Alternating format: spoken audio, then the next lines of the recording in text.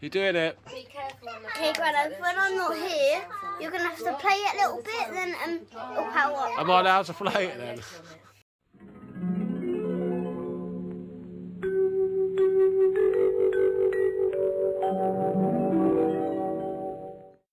Welcome back. We have another alleged gameplay video. Oh, this is a seriously chilled game. It really is very complicated, very complex. You do have to concentrate. But at the same time, yeah, a surprising form of escapism. So it is Shipbreaker on the Xbox One. Yeah, I've been looking forward to this for a long time, to be honest with you. You know, when you just get the idea that that's the kind of thing you're gonna like. Yeah, and to say I like it would be an understatement. So it's a little bit difficult to really begin to grasp the controls, but it's all kind of doable on a control pad. I think so, at least. At the moment here, what we're doing is basically, I haven't got that far into this. It's a very long running tutorial, and you'll be introduced to different aspects along the way, different tools, different classes of ships, and those ships have their own hazards. So I've just done the nuclear, is it the nuclear core or something? Or the reactor core? And my next one will be pressurized areas in a ship. So yeah, it's a very laid back approach to an introduction. That's what I would say. But at the moment, I've got the kind of mundane routine task of salvaging barge items. So that's kind of whole usable items like light fittings, computers, chairs, anything like that. And my kind of approach is to first of all strip everything out that I can. Because I find that if I start splitting the ship up too early, it all gets a bit chaotic. I've got stuff floating everywhere. I suppose the only drawback with my philosophy is you do go through a lot of fuel, because you're constantly having to go in and out of the ship for those items that are deeper in the ship. So yeah, so now we're starting to take off some structural points. So you'll need to take off the structural points for the outer skin.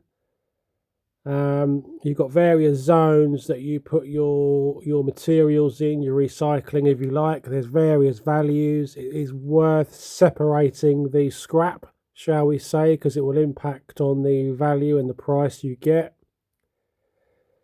This game may make you feel like buying an old white van and driving around collecting washing machines. It might do that. It might have effect on you.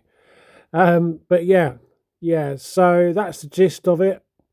It's worth being kind of methodical, planning and everything else. I had a few problems with this file. Don't know why the audio didn't come over with this, and my editing software hated this. So there was obviously some sort of corrupted file there. So there is no audio on this for this video. So you'll find yourself having to go back constantly. I don't know if this is going to change. Can I take more oxygen? I really don't know, because as I said, I'm only a few hours into this. So you've got to go back. Things like so far I have to get tether lines. They make the process of really getting really large items into a bay a lot easier.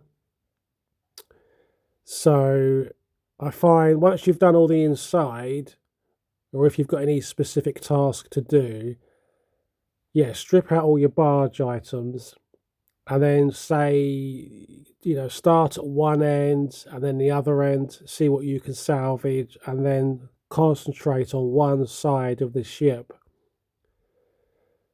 So I think, why don't we have any tethers here? I know, because there is something inside there. There's a bracket inside there. I'm just trying to check to see, yeah, what type of scrap it is. I'm just trying to pull this away a little bit. But you can get kind of carried away with this. You can get overconfident and then it can all go wrong. That happened to me the other day. I put way too much pressure on an item. I was pulling through a small gap like a doorway. And then suddenly it came through underneath full pressure and it flew back and it cracked my visor. So the further you get into it, it gets really, really quite hazardous. You do have to take your time. But yeah, sorry about the audio. That's the way it is. But I hope everyone's hunky-dory. We're going to tether this one because it is extremely heavy. And that will go off on its own. But yeah, looking forward to exploring more of this. I've stopped playing this because I'm playing Resident Evil Village, or number 8, if you're old-fashioned like me. But my next stage on this is the introduction to pressurized compartments. I'm loving it to bits, this. Absolutely loving this one. But guys, take care of yourselves. And yeah, I'll crack on with this. Time is money. Money is time. And I'll see you soon. Bye-bye.